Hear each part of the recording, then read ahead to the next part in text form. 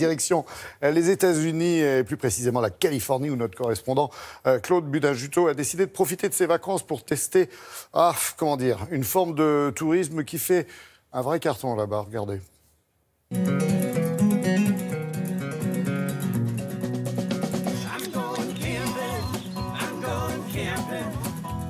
Quand vient l'été et que l'on veut savourer l'expérience de dormir sous une tente, on peut faire du camping. Mais si l'on veut tout le confort d'un hôtel tout en vivant en pleine nature, on choisit le glamping. Autrement dit, on associe le glamour au camping. Frank Schreiner est le manager d'un parc de vacances qui offre l'option glamping. Le glamping est relativement nouveau. Ça s'est beaucoup développé dans les 5 dernières années et c'est né d'un besoin. Les gens voulaient vivre une nouvelle expérience. Ils ne voulaient plus être confinés dans un espace réduit. Si le terme glamping est relativement nouveau, le concept, lui, ne l'est pas. Déjà, au XVIe siècle, au fameux sommet du camp du Trader en 1520, lors de la rencontre dans le nord de la France entre Henri VIII et François Ier, des tentes luxueuses avaient été érigées. Une tradition alors réservée à la noblesse. Oh, ce n'est plus le cas. Peu importe votre classe sociale, vous pouvez vivre comme un roi le temps d'un week-end si vous le désirez. Situé à 1h30 de Los Angeles, en Californie, Ventura Ranch a démocratisé le glamping qui se décline maintenant sous plusieurs formes. On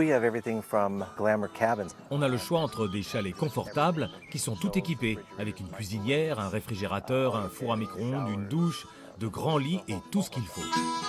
En somme, des mobil-homes de luxe qui peuvent être déplacés à sa guise pour vivre dans la nature, mais avec tout le confort, comme à la maison, avec en prime les pans sur le balcon qui réapparaissent dans la décoration. On a aussi les tipis, qui peuvent être loués en version confort, avec une literie complète, des draps, etc. Ou comment vivre comme les Indiens, des Indiens de luxe bien sûr. Mais la tente qui symbolise le plus le glamping est aussi celle qui plaît le plus.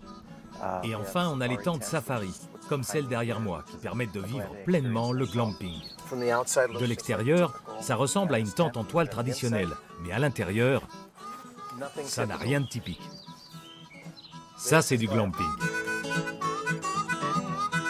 On a ici un canapé-lit, s'il y a plus de 2 personnes.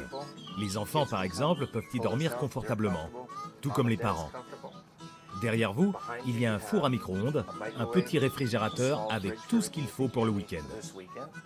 Et s'il commence à faire frais le soir, il y a un petit poêle pour apporter un peu de chauffage. Mais pour le moment, la température est très agréable ici. Avec les fenêtres ouvertes, c'est très confortable.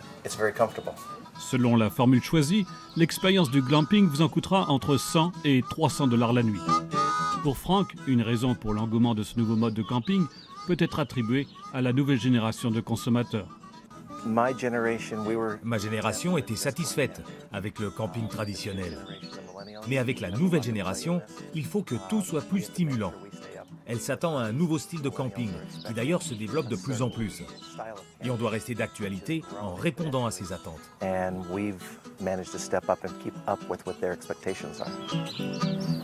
Le glamping, en somme, une formule qui sert d'antidote à l'addiction aux réseaux sociaux, sans pour autant retourner à l'âge des cavernes.